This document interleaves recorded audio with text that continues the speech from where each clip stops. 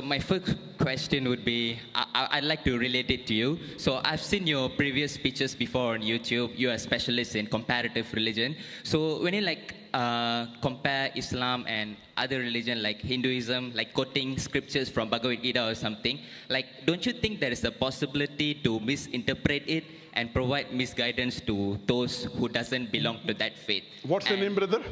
Pardon? Your name? Shashi Varman. Okay. And Shashi.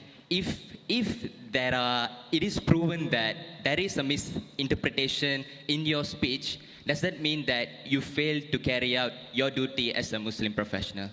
The brother asked a very good question, a very relevant question to the topic. I'd like to thank him. His question is that I am a specialist of comparative religion. I prefer calling myself a student of comparative religion. And when I quote scriptures of other religion, like whether it be the Bhagavad Gita, whether Veda, whether Bible, and if I misinterpret that scripture, then isn't it wrong as a Muslim? Totally wrong. I agree with you. That's the reason after every lecture of mine, we have question-answer session.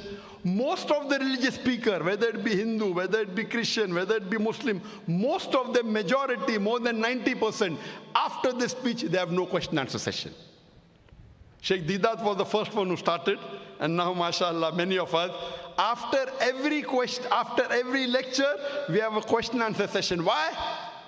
So that if you disagree with us, you are open to ask the question. In the question-answer time, if any speaker, including myself, if the questioner proves that my interpretation is wrong, if they prove to me, first I will say, I am sorry, I will take it back. If I make a mistake, as a Muslim, compulsory, I would apologize. I would first say, I'm sorry, I misunderstood your scripture. Inshallah, in future, I will not quote it.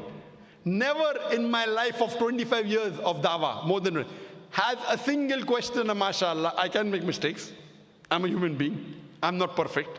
No human being is perfect. Not a single questioner ever quoted me anything and proved me wrong. Alhamdulillah. I can be wrong.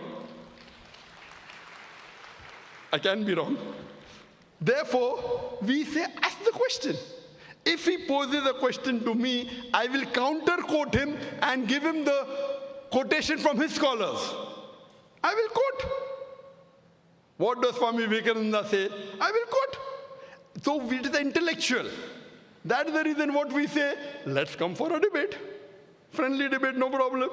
But I'll only debate with someone who has some standing, not with every Tom, Dick, and Harry. You understand? You know, if I can get 1 million people for my talk, largest gathering, even if we get 2%, 20,000, I will debate you. Any Tom, Dick, and Harry, I cannot. So what my reason is, if you want to debate me, you should at least be able to gather minimum 20,000 for your speech. If I can get 2 million, you at least get 2%. Okay? If you can get 20,000 for your lecture, I'm willing to debate with you. If you cannot get, you give it to someone who can get. And there are many Hindu speakers in the world. There are many Christian speakers in the world who get 100,000 and more. In India, many people. You know, Shishi Ravi Shankar. He gets audiences of 100,000. I debated with him. And you know the outcome of that. Have you seen that debate? Yeah. What was the outcome? It was... What? It wasn't as I expected. Yeah. Sorry? It wasn't as I expected, yeah. Oh, it wasn't as you expected. Yeah. But did I break any rules of the debate? Pardon? Did I break any rules of the debate? No. Did I not answer all his questions? No. Did he answer my questions? No. No. One of the most famous Hindu preacher in the world, Shri Ravi Shankar. Many people call him God. But sir, how about Sadhguru? I guess he destroyed some of your points, I guess. Sadhguru from the Yogi Foundation. Arrange for a dialogue, I will debate him. You arrange, I will debate him. Sadhguru is a famous person, ask him. I will debate him. There are some people who have taken his speeches and given answers. Some people, not himself. If he wants, let him arrange. No problem, I will debate him. Okay? Because I know he's famous. Any famous personality, if he wants to debate, I don't want to debate him. He wants to debate me, open, any topic. Any topic on comparative religion. Hinduism and Islam, no problem. Okay, I'm welcome.